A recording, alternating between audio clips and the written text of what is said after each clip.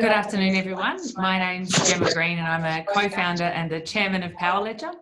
I'm here today with Vinod Tiwari, who is our development sales. In this webinar, we will give an overview of the RENeW Nexus project. But for more details, please do refer to the project report on our website. And the title of the invitation for this webinar was provocatively called "Why Are Renewables So Difficult?"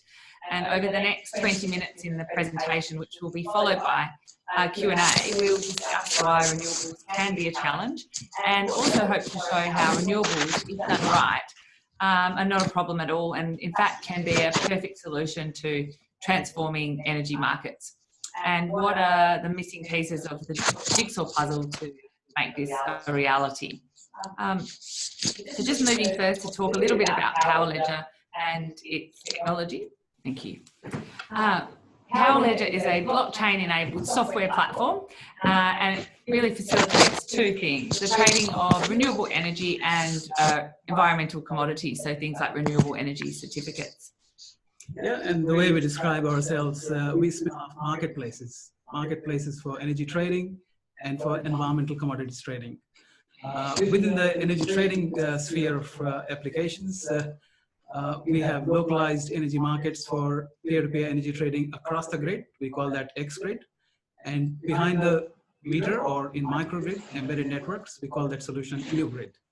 VPP is a solution where we aggregate distributed capacity for offering solutions for energy arbitrage, network control services, and also participation in grid balancing services such as frequency control ancillary services. Vision and PPA Vision are solutions which are built on traceability of energy. So Vision itself offers or empowers consumers to choose their energy mix. And PPA Vision enables businesses, local councils, etc., to underwrite PPAs using blockchain. This application itself expands into PPA Exchange, which is a marketplace for buying and selling of power purchase agreements. Trace and TraceX are our solutions under environmental commodities trading sphere of activities. Trace is blockchain-enabled registry, whereas TraceX is blockchain-enabled efficient marketplace for buying and selling of green certificates.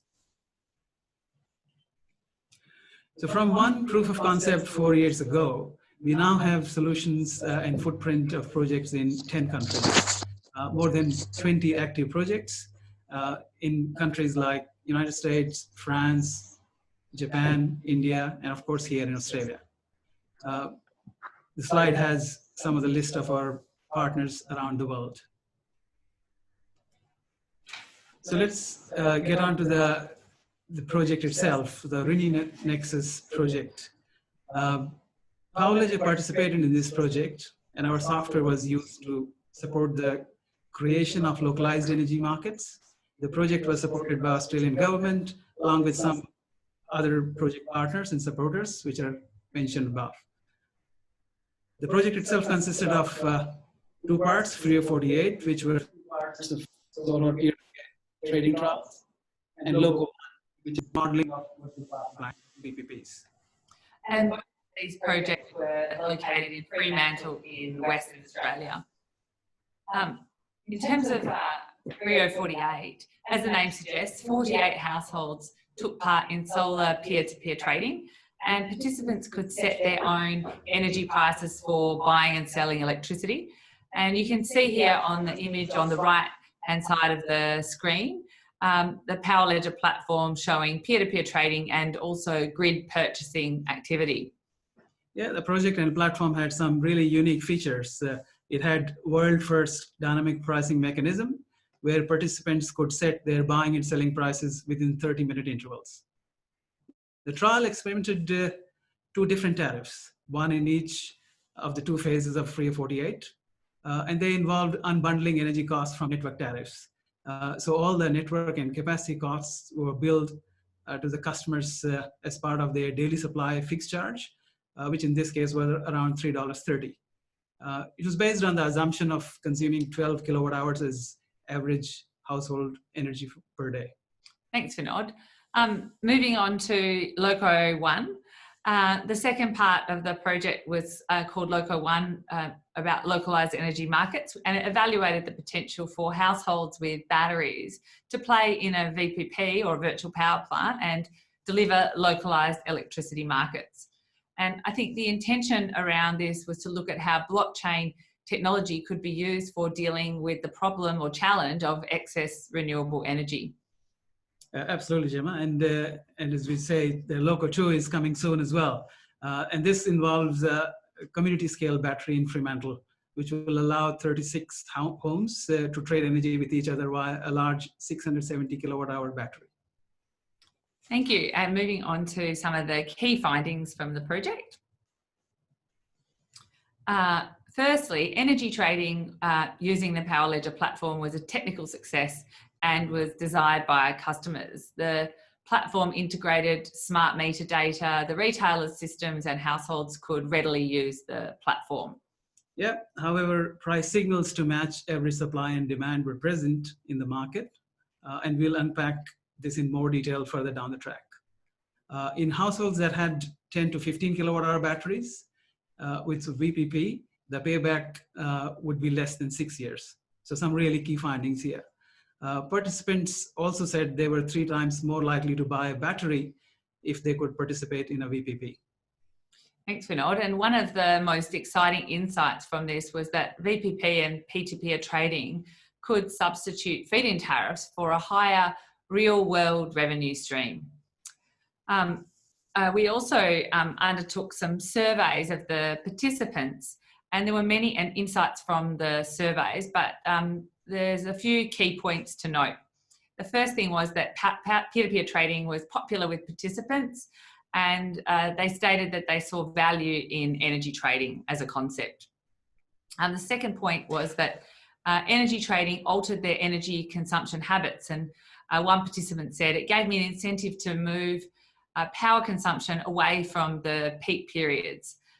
The trial tariff itself was unpopular, and the majority of participants had a negative view of the tariff, and almost all saw the fixed cost as too high, stating that due to the high daily fixed charge, it removed the incentive to trade and rewarded people for consuming more electricity. Just unpacking the findings a little bit further, this graph shows why renewables can be so difficult. Because if the price signals are wrong, you get more generation than you do consumption. For example, high feed-in tariffs can cause this.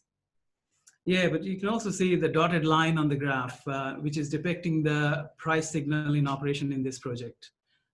During the day, there is more energy being generated than consumed, and therefore the prices were settled at lower rates. And after 3 p.m., participants were willing to pay a higher price when there was less energy available. So almost like marketing dynamics in the play. And you can, in 3048, there were not enough consumers to consume all the surplus solar. So having more consumers in the localised market would result in greater levels of consumption, i.e. the grey area on the graph would become yellow from peer-to-peer trading. Yeah, and also the gray area is not all bad news anyway, because you can anyhow have localized energy markets that have more excess and can store that excess in a battery and later trade it in a VPP. So we'll discuss more about that in a moment. Thanks, Vinod. So this next slide provides an overview of the findings from Loco 1, the VPP analysis. And the first finding is that VPP can deal with reverse flows without the need for subsidies. And it does that by replacing a feed-in tariff subsidy with cheap peer-to-peer energy. And this can also encourage load shifting, which is really important. Yeah, that's a very significant finding in this one. Another finding is that VPP trading can open up new source of network support tariffs, network support services. Also, aggregated battery capacity can be used for multiple grid support services such as voltage or active reactive power management, frequency control ancillary services, and also take part in energy arbitrage using Power Ledger's blockchain-enabled and optimized automated VPP platform. So batteries can also act as a mechanism to mitigate reserve capacity for requirement for retailers. And the battery capacity can also be aggregated to provide notional cap products. So multiple findings around what can be achieved through VPP and battery in this. Yeah, and I think finally, a VPP can increase localized energy autonomy by up to 68%, the report found. And what this means is it could defer the need for network upgrades and deliver savings in the future.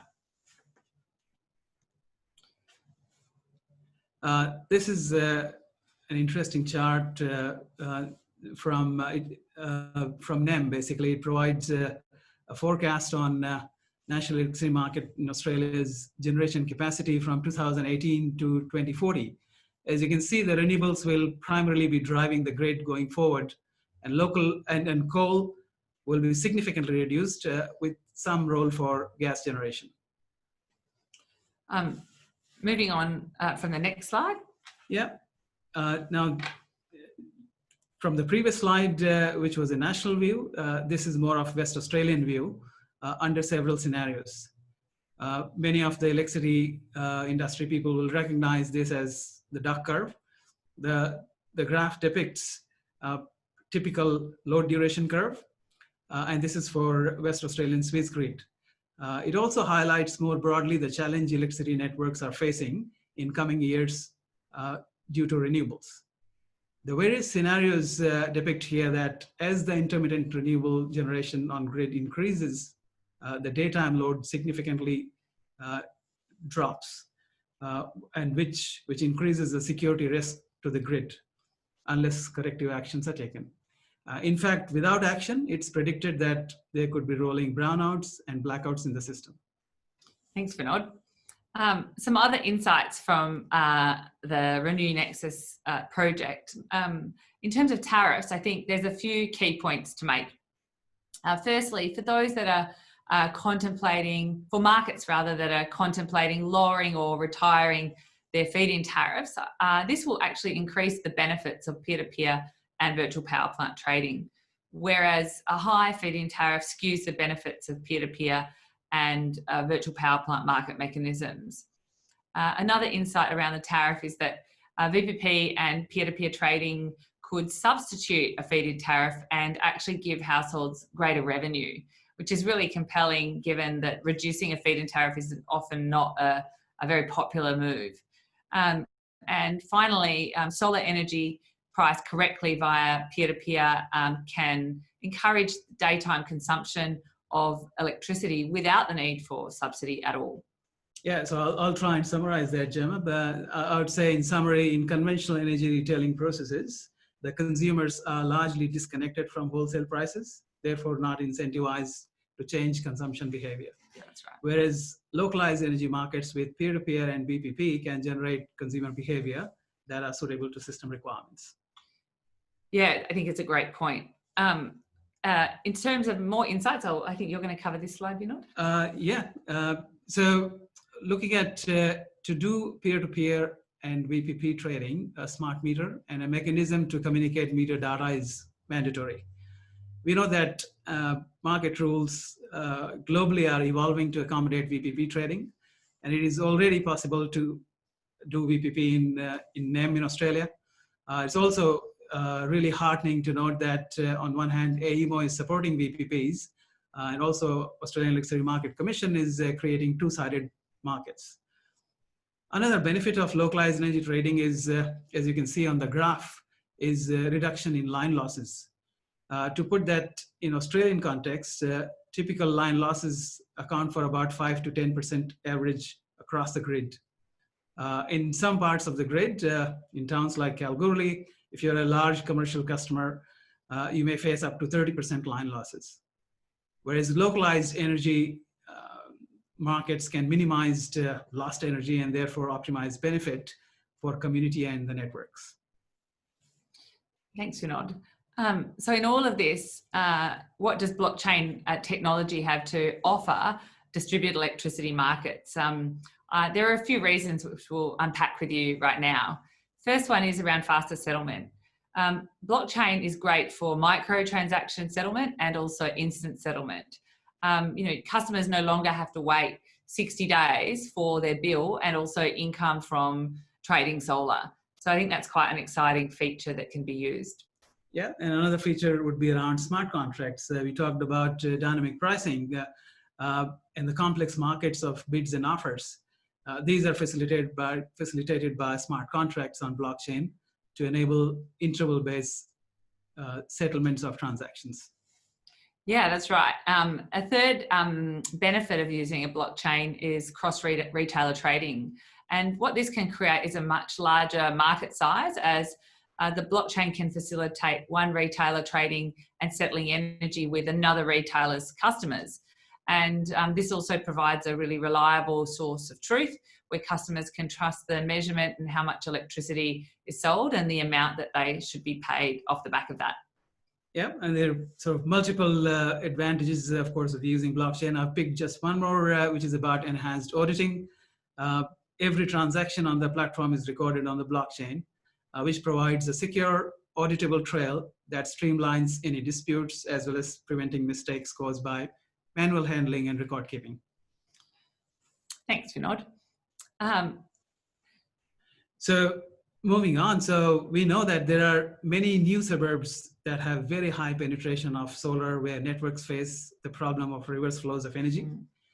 As part of our recommendations in the RENew Nexus, and there are quite a few recommendations that we've made, we've called for more live trials of consumers and prosumers on the same substation level distribution network, trading via peer-to-peer and a VPP. And we believe that a suitably crafted localized energy market could expand the findings and learnings observed in FREO 48 in Loco 1. I'm sure there will be energy distributors and retailers in the mix here in this webinar today. Please let us know if these are solutions you would like to implement. That could be our Loco 3. That's right. So we called this webinar quite provocatively, why are renewables so difficult? And through the learnings and findings from FREO 48 and Loco 1, we've demonstrated that renewables, if done right, with a localized energy market and technologies such as power ledgers, provide the missing jigsaw puzzle. I absolutely agree, Gemma. The answer is in these connected localized markets. These markets can also include demand responses, demand side management through household and business appliances. So that's the flexibilities that these can provide, supported by the Internet of Energy. The interplay of these appliances, DERs, and charging and discharging of EVs create that two-sided market where DERs, electric vehicles, and appliances actively participate in various network control and grid balancing services, supporting a resilient grid, as well as enabling the monetization of assets owned by communities. The net result being, together they make energy systems cleaner, cheaper, and more resilient, and in fact, can be the perfect solution to transforming energy markets. Thanks, Vinod. We'll now open up for questions from the audience.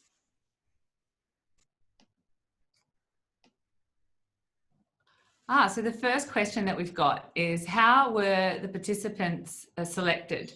The answer to that is that there was a big marketing campaign. It was online, and there was outreach to the customers via email as well. And there were a number of events held to answer questions. So we had some workshops and information sessions to inform would-be participants around what was involved, so they could understand all that they needed to take account of to participate. The second question, Gemma, is around, did Fremantle 48 involve any household batteries? No, I don't know. FREO 48 didn't involve any household batteries, but Loco 1 and Loco 2 do.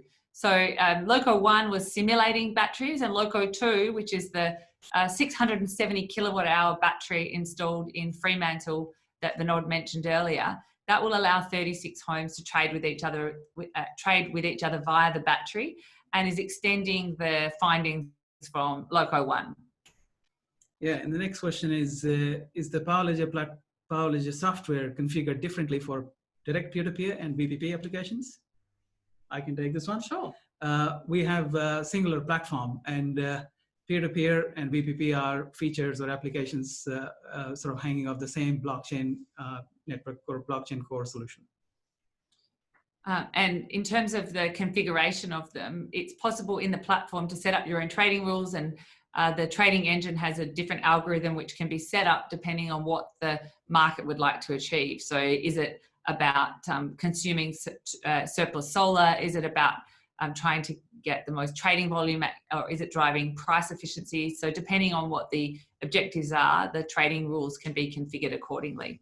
Yeah, actually talking of configuration, the fact that we are in 10 countries just explains that we are able to deal with the regulatory requirements or different global expectations and requirements for solutions in peer-to-peer or VPP. So it can be customized for specific areas requirements.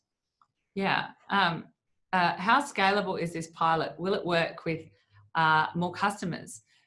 It's very scalable. In fact, it was designed to be scalable with very little additional infrastructure required. So as Vinod mentioned before, with a smart meter and some network communication infrastructure, which could be a Wi-Fi connection or 4G, it's possible to set up a peer-to-peer trading environment and a VPP trading environment. Of course, with the VPP, you need a battery system, and with the solar, with peer-to-peer trading, you need prosumers that have solar panels that can trade their electricity. Yeah, and the next question is similar on the metering issues. Did we face any issues in integrating with meters? Want me to take this one? Sure. Yeah. Metering is always interesting. So we have an API interface that enables us to integrate meter data, smart meter data from customer side to our platform. As long as the data is in the right format and it has the right API interface, there are no issues. So quite often we see that there could be challenges in setting up those interfaces, but once that's done correctly, there are no issues. In many markets, smart meter infrastructure already exists. For the peer-to-peer trading trial in Fremantle, we did put additional infrastructure in to get more real-time data feeds for the purposes of the trial, but it's not needed. You can do peer-to-peer trading simply with a smart meter. So the next question is, how do you see peer-to-peer trading helping network pricing reforms, and should networks move to charging for energy transport in both directions, and would peer-to-peer support this? Well, on the second question, any movement of energy across the network is charged for. So when you say moving in both directions, the answer is yes, and rightly so. I think that energy moving across the network is a service being provided by the network, and it should be paid for. In terms of how we see peer-to-peer helping network pricing reforms, well, there's a few things to say on that. Vinod, did you want to go first? Yeah, I mean, and also sort of combining the two parts of the questions. If you have models, which is, there was some innovative tariff tried in Free 48 as well. Obviously, you got to get it right, but the theory and principle behind it is correct. It is based on a subscription model. So if you're connected to grid, you pay a fee to be connected to the grid. A model could be that you have a subscription charge, and that allows you to then transport energy, import or export as you go. And typically that is the kind of model that will be the most suitable model for any network. There could be localized pricing for network. If you're connected downstream to feeder or downstream to transformer, there could be a strong argument that you pay lesser compared to someone who is participating in peer-to-peer from one end of the town to another end of the town. So there are different theories and models being tried out around the world at this stage. I don't think it has landed on the perfect mechanism just yet, but we are doing our bit in that space through these trials and providing the best possible, the visibility of what could be the best possible way of charging for the networks. Yeah, and I think that with localized energy markets, the peak events can be reduced, which reduces the need to augment the network, which can assist in lower network costs over time. So I think that's a very exciting aspect that can help with network pricing. And the conception of network pricing, I think, is going to change over time, reflective of the hybridized energy systems that we have, where no longer in a centralized energy system, it's a hybrid system that has both distributed renewables and centralized energy sources. And there may be things like dynamic pricing for networks, or peak pricing events, surge pricing in a similar way what you see with Uber. These are things that are being experimented in different markets around the world. And I think it's really too early to call, but it will be a combination of these things invariably. Yep. The next question, can you explain more about how participants can set their buy and sell price through the platform? Well, depending on what the retailer and the network operator envisage for the market, they can set different parameters. So it may be that they would like to put a cap or a floor, or that to allow participants to set entirely their own price. In RENeW Nexus, the network prices were disaggregated. So the subscription model covered the network costs, which Vinod mentioned earlier. And so the price for energy was did not incorporate any network fees or capacity charges. So consumers could choose exactly what they wanted to. And invariably what happened was that they were trading solar at closely aligned with the wholesale price of energy. And the next question is, what would happen if a participant set rates but does not meet the market expectations? I.e., if I set the only buy power at 6 cents, but every other participant has set a higher sell rate, what would happen? Yeah, well, you won't get cleared in that marketplace. So it almost acts as a bid and offer stack as a wholesale market might operate, accepting that this is happening at the distributor level.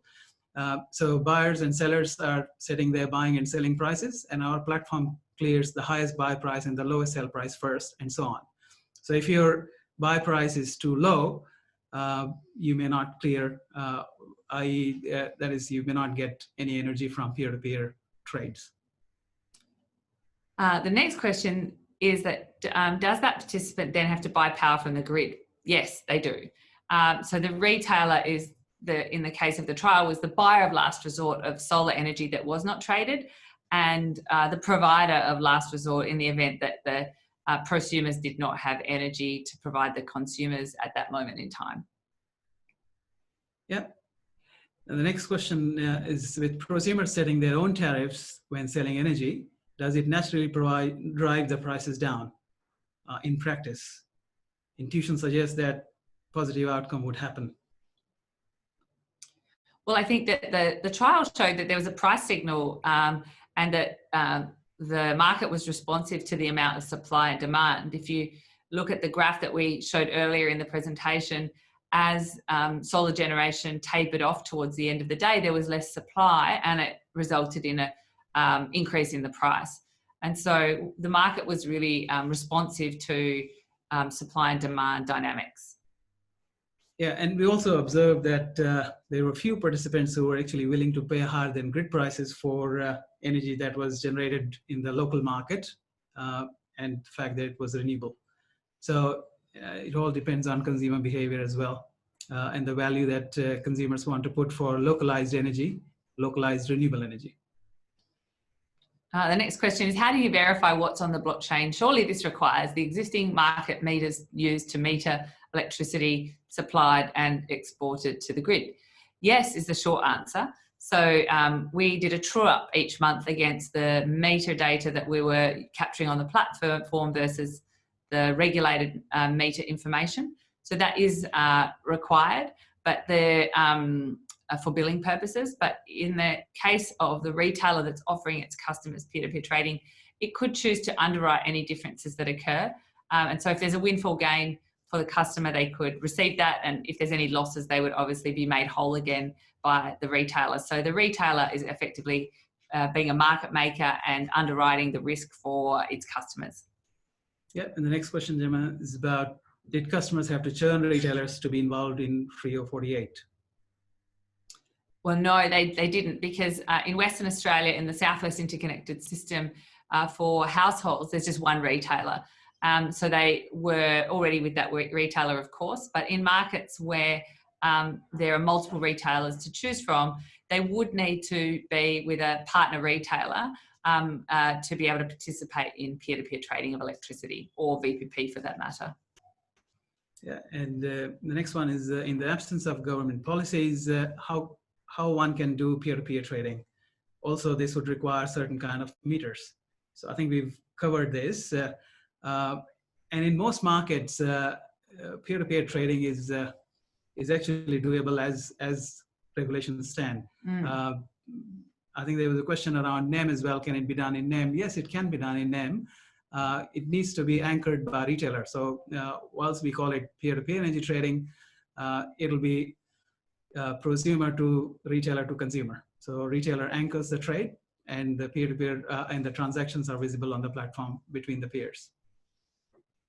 The next question, when do you anticipate the revision of legislation and regulation to enable wide-scale trading within the Swiss?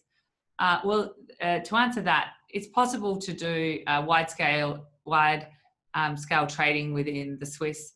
But in terms of virtual power plant, there is a DER task force underway, and there are reviews to look at the ability for households to use batteries to dispatch electricity.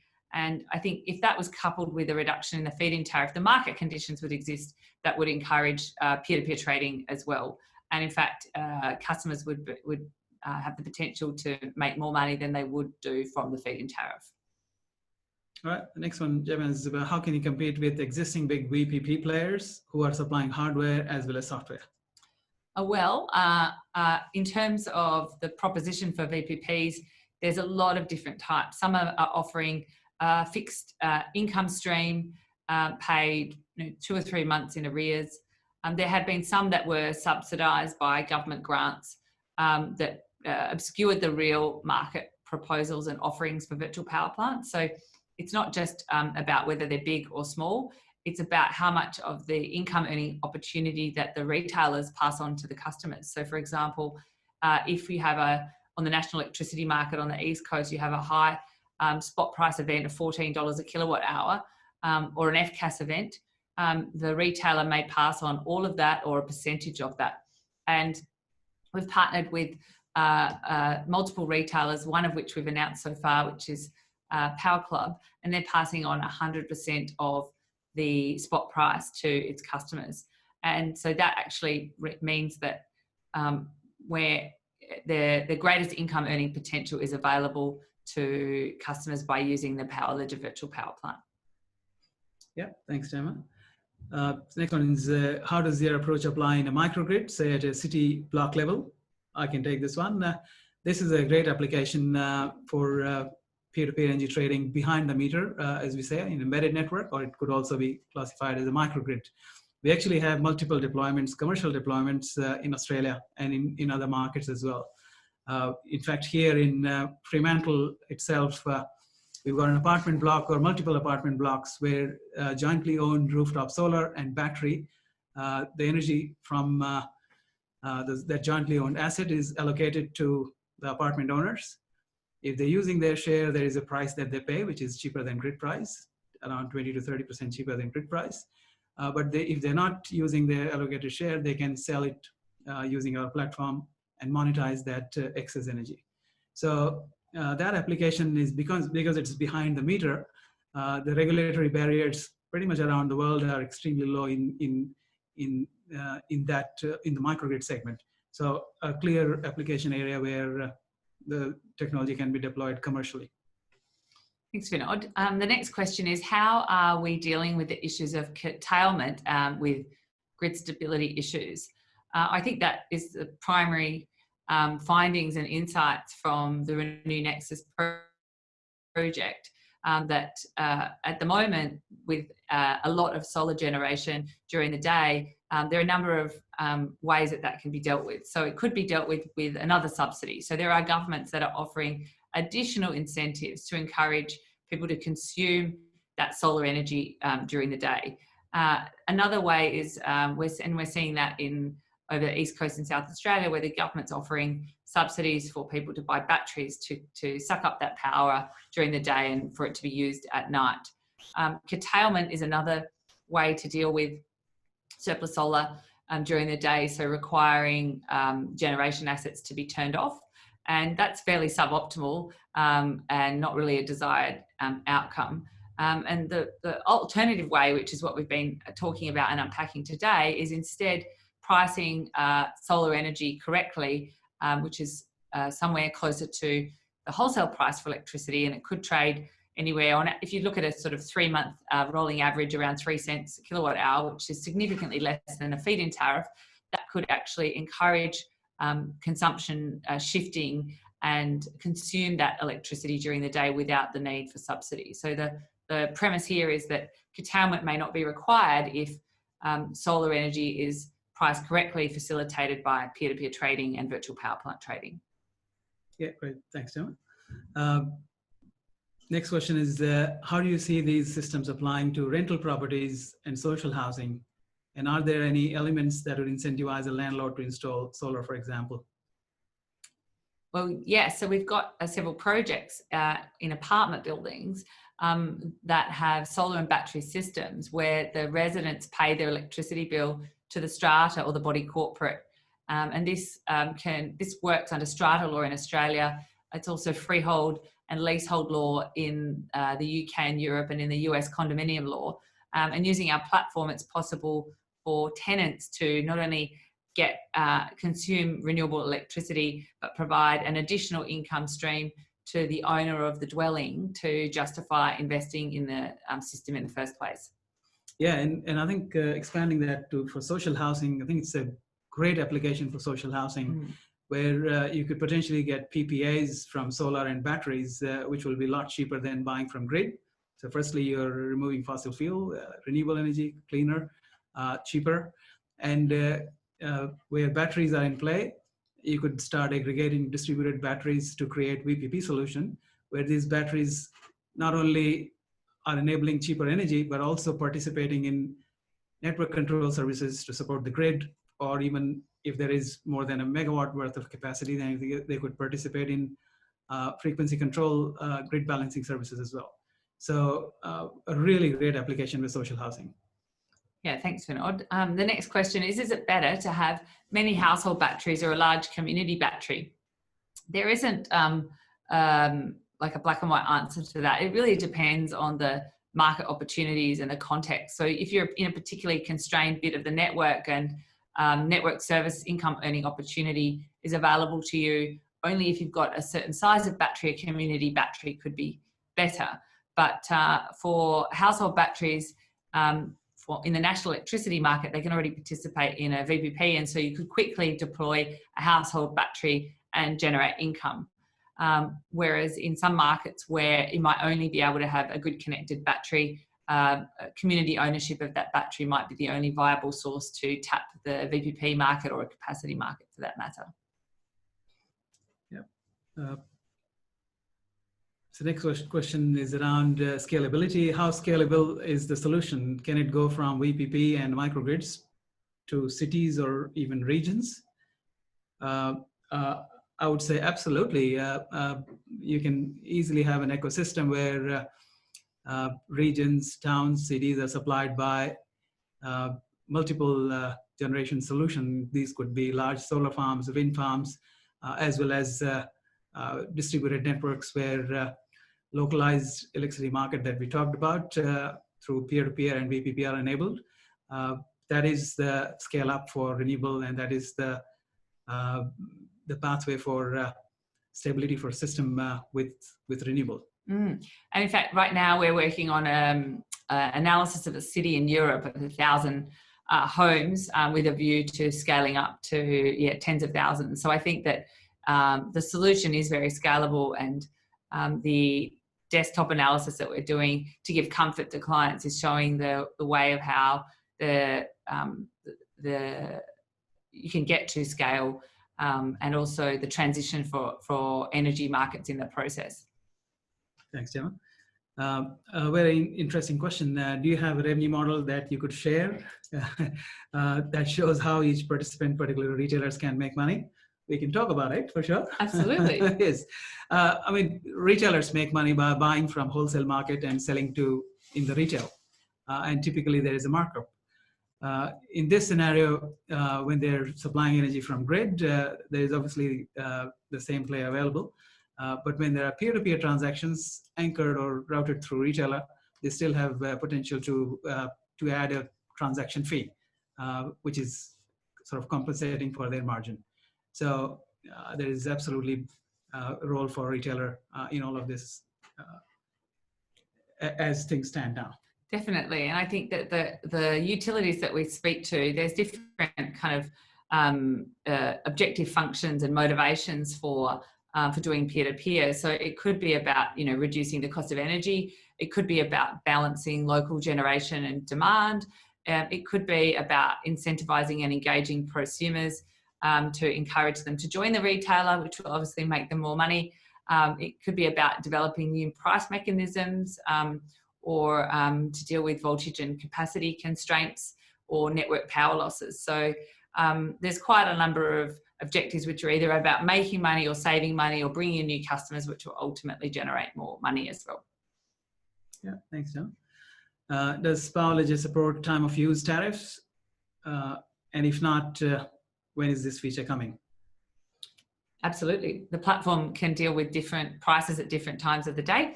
And it's been in existence for some time. Yeah, and 3.48 had time of use tariff. It had peak and off-peak grid prices. And more than that, the prosumers and consumers were setting their own prices for every half-hourly interval. So it had taken the time of use right down to half-hourly intervals. So yeah, we had interval pricing, you know, much more expanded time of use pricing. Does the implementation of PowerLedger's platform depend on electricity regulation of respective states in Australia? Well, different features of the platform, yes. So peer-to-peer trading requires a retailer. Virtual power plant platform requires also a retailer. But you can't do virtual power plant trading in Western Australia right now, but you can over East. So it does require regulatory change to do VPP here, but on the East Coast, it's possible to do both peer-to-peer and VPP now. But we also have another platform feature called UGrid, which is the trading of electricity within microgrids. So that can be apartment buildings, shopping centres, and office buildings. And that doesn't require regulatory changes or a certain regulatory environment to occur. But broadly speaking, regulation isn't a factor in holding back the deployment of the technology in markets. And although obviously there are some places where not all of the platform features can be utilised, we're seeing a lot of traction and also interest from countries and governments that are actively reforming their regulations and are using trials, using our platform to inform the writing of new rules. And we've seen that happen in places like Thailand and Malaysia, and large delegations of regulators come to visit us in Perth and understand what they can do to proactively drive adoption of renewables in their markets in a stable way. Yeah, great. There is actually a question on Thailand, Malaysia. In fact, the very next one, it asks, kindly elaborate the progress of peer-to-peer in Thailand and Malaysia. Also, any lessons learned for peer-to-peer trading during COVID pandemic when businesses slowed down, if not shut down. And also it kind of links with the third question as well, which is about what's been your experience so far in more regulated markets like India. So I can take this one. Sure. Thailand, Malaysia, and India are almost using peer-to-peer energy trading as a mechanism to accelerate and incentivize their communities for deployment of more rooftop solar. They all have aggressive renewable energy targets. Whilst they're doing well with large renewable projects, there is not enough uptake of rooftop solar in those communities. And they don't want to sort of reinvent the wheel or go down the track which Australia, Japan, or California, Germany did by offering premium feed-in tariff, which were extremely high subsidies in the system and not sustainable. So they're looking at market-based mechanism, and that's what peer-to-peer energy trading platform from PowerLedger is offering there. So experiences so far have been extremely positive. In fact, our project in Bangkok City, the very first one, almost opened up a national debate on utilizing market-based mechanism. And since then, the regulator has created multiple sandboxes for trialing new similar projects in that country and getting the learning so that they can adapt it more universally. And same in India as well. They're really looking at utilizing a platform like ours to trigger more renewable at the community level, more rooftop solar. In Malaysia, we are actually partnering with the government itself, Sustainable Energy Development Authority, and with the same aims to trigger the growth of rooftop solar, and not by offering subsidies, but by utilizing market-based mechanism. And then a question about whether businesses slowed down from COVID. We've been really heartened by the interest from clients, existing and also potential ones, to move forward in spite of what's going on in COVID. And it's been possible to use technology like telecommunications and video conferencing. And we've actually found we've had more traction with senior people in organisations. So COVID, I don't think, has really been a limiting factor for us so far. No, not really. Touch wood. Let's see, what's the next question? I was interested to find out if you've investigated or to hear your thoughts on applying the Power Ledger model that leverages peer-to-peer trading and the use of blockchain into other utilities, e.g. water.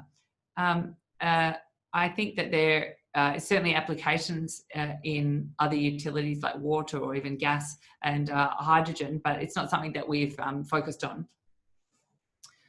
In terms of network savings, I assume the transmission charges were eliminated and therefore resulted in savings to customers. Were there any savings on the distribution charges?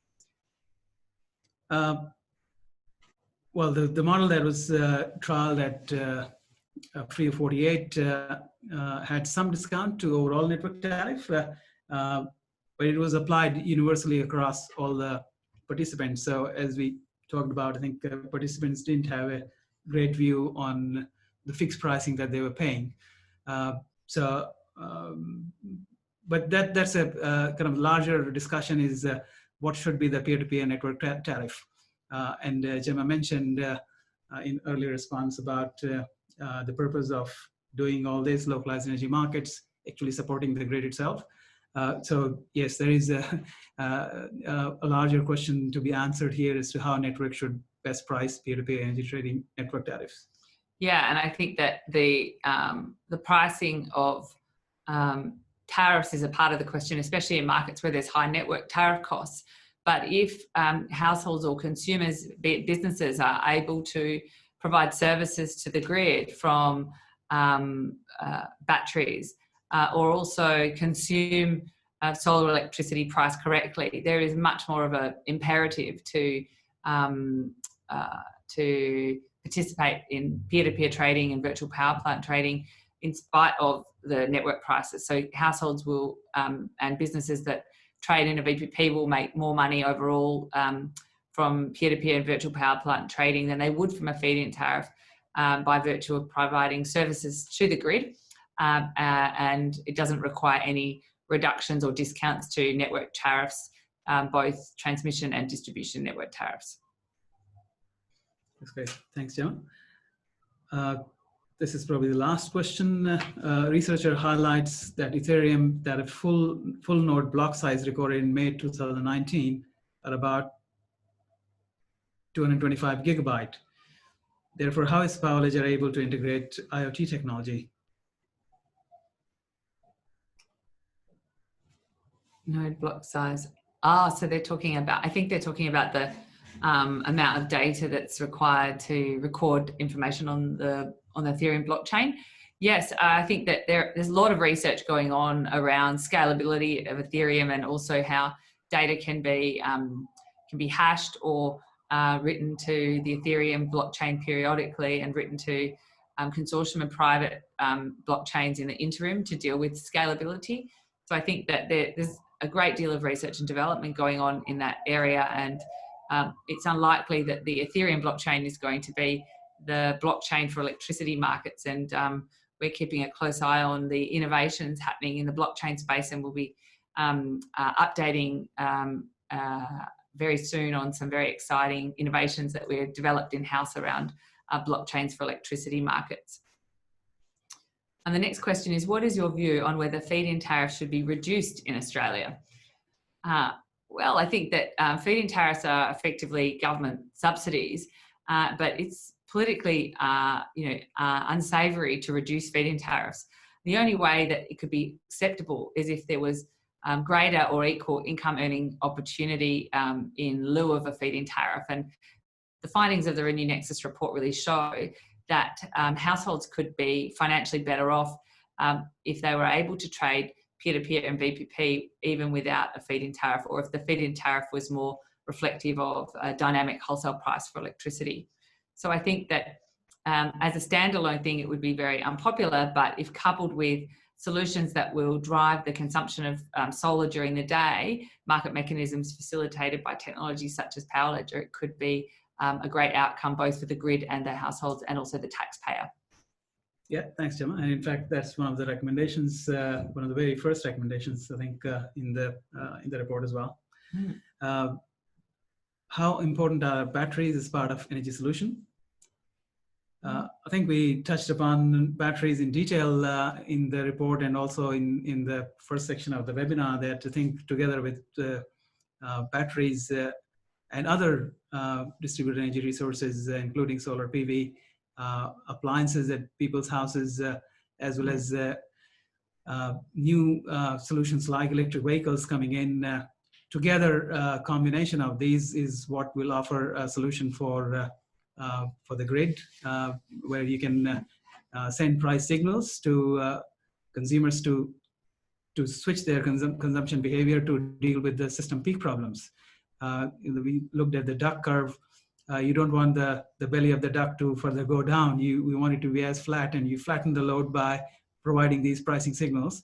If you're a battery owner, you charge the battery at the intervals either through your rooftop solar where there is excess, or from cheap energy from late night when there might be a lot of wind energy in the system and therefore energy is cheap. So utilizing batteries, electric vehicles for charging and discharging at the right times, you start to support the grid. Asset owners make money in the process, and the grid gets a higher level of resiliency that it needs to function. Well, I think that we've reached the end of all the questions, so we just would like to say a big thank you to everyone for joining our RENew Nexus project webinar.